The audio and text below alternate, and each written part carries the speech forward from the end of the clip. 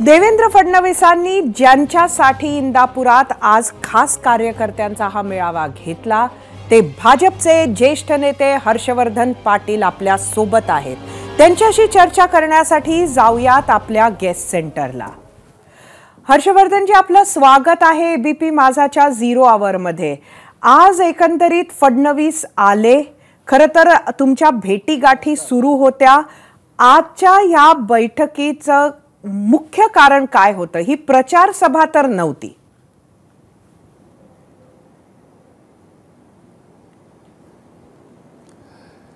नाही, आता बारामती लोकसभा मतदारसंघातील आता महायुतीच्या उमेदवार सुनित्राताई पवार यांचं नाव आता घोषित झालेलं आहे आणि यापूर्वी आपण सांगितल्याप्रमाणे 3 बैठका आमच्या सागर बंगल्यावरती झाल्या। पहिल्यांदा अगोदर देवेंद्र फडणवीस साहेबांची माझी भेट झाली, त्याच्यानंतर अजितदादा पवार, मी आणि देवेंद्र फडणवीस अशी आमची प्रदीर्घ काळ बैठक झाली आणि त्यानंतर फडणवीस साहेबांनी असं सूचित केलं होतं की काही प्रमुख कार्यकर्त्यांना मुंबईला घेऊन या। त्यानंतर मागच्या आठवड्यामध्ये काही प्रमुख कार्यकर्ते मुंबईला आले।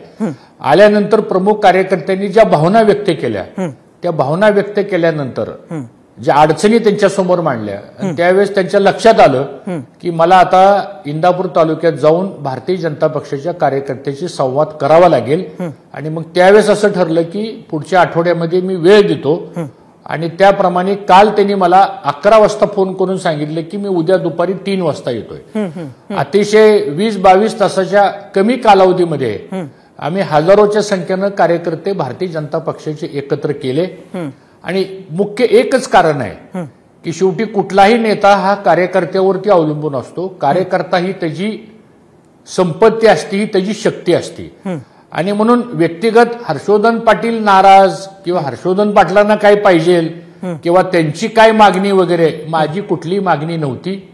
आम्ही मागणी करणाऱ्यापैकी नाही, परंतु कार्यकर्त्यांची जी धुसफूस होतीये खाली, फडणवीस साहेबांनी भाषणामध्ये पण उल्लेख केला की ज्यावेळेस हे महायुतीचं सरकार झाल्यानंतर खाली स्थानिक लेवलला कार्यकर्ते, त्यांच्या गावातले वाद, आमच्या कार्यकर्त्याचे न मिळणारे फंड्स, विकास कामामध्ये अडथळा, खोट्या नाट्या केसेस दाखल होणं आणि त्याही पेक्षा जाऊन आपलं महायुतीचं सरकार असताना जर महायुतीमधल्याच एका मित्र पक्षाला जर त्रास होत असेल तर शेवटी कार्यकर्ता लोकशाहीमध्ये त्याच्या भावना समजून घेणं महत्वाचं आहे। आणि मग आज ते आले, त्याच्या अगोदर आमची एक बैठक झाली, काही प्रमुख लोकांनी परत त्यांच्यासमोर काही विषय मांडले आणि मग त्यांनी शेवटी आज भाषणामध्ये सांगितलं की आपल्याला मोदी साहेबांना तिसऱ्यांदा पंतप्रधान करायचंय, महायुतीच्या जास्ती जागा आपल्याला निवडून आणायच्यात आणि मी पण भाषणामध्ये जी खतखत आहे कार्यकर्त्यांची ती बोलून दाखवली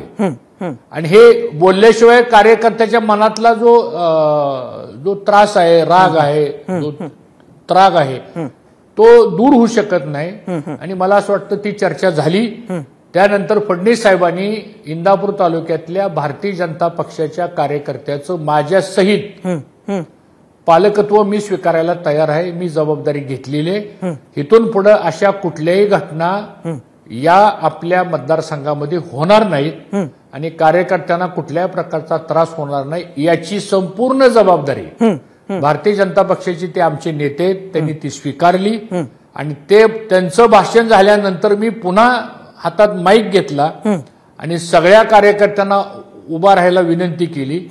सगळे कार्यकर्ते त्या मंडपामध्ये उभा राहिले आणि जाहीर विचारलं की आता आपलं पालकत्व देवेंद्र फडणवीस साहेबांनी घेतलेलं आहे, आता आपल्याला पूर्णपणे विकसित भारतची संकल्पना करायची असेल तर आपल्याला मोदी साहेबांच्या पाठीमागे उभा राहावं लागेल आणि त्यांना मदत करणारा खासदार आपल्याला दिल्लीला पाठवला पाहिजे अशी भूमिका म्हणल्यानंतर सर्व कार्यकर्त्यांनी हात वर करून सांगितलं की आम्ही ह्या निर्णयाला संमती आमची आहे आणि ते देवेंद्र फडणवीस साहेबांच्या समोर ते सगळं चित्र उभा झालं। म्हणजे आता असं म्हणायचं की आता येणाऱ्या काळामध्ये जो विरोध होता तो विरोध कुठेतरी शमला असं म्हणायचं का? आणि आता आपण आपले कार्यकर्ते हे सगळे ताकदीनं सुनेत्रा पवारांच्या प्रचारात उतरणार का? तुम्ही स्वतः दिसणार का प्रचारात? हो, आता असं आहे की महाराष्ट्रामध्ये आमच्या पक्षाचे नेते देवेंद्र फडणवीस साहेब आहेत की त्यांच्यावर आमचा पूर्ण विश्वास आहे.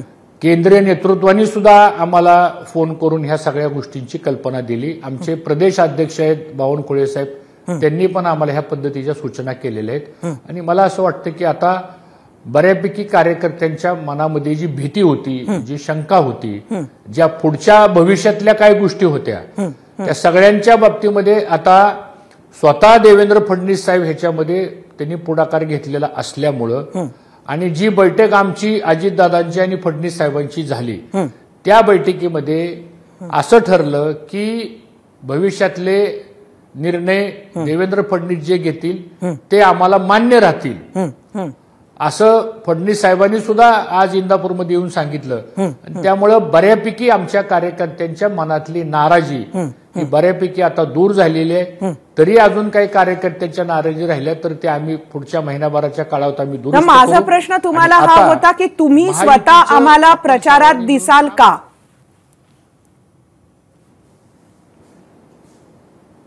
नाही, आता महायुतीचं आज फडणवीस साहेब तेवढ्यासाठी तर आले होते आणि आमचा पूर्ण फडणवीस साहेबांवर विश्वास आहे.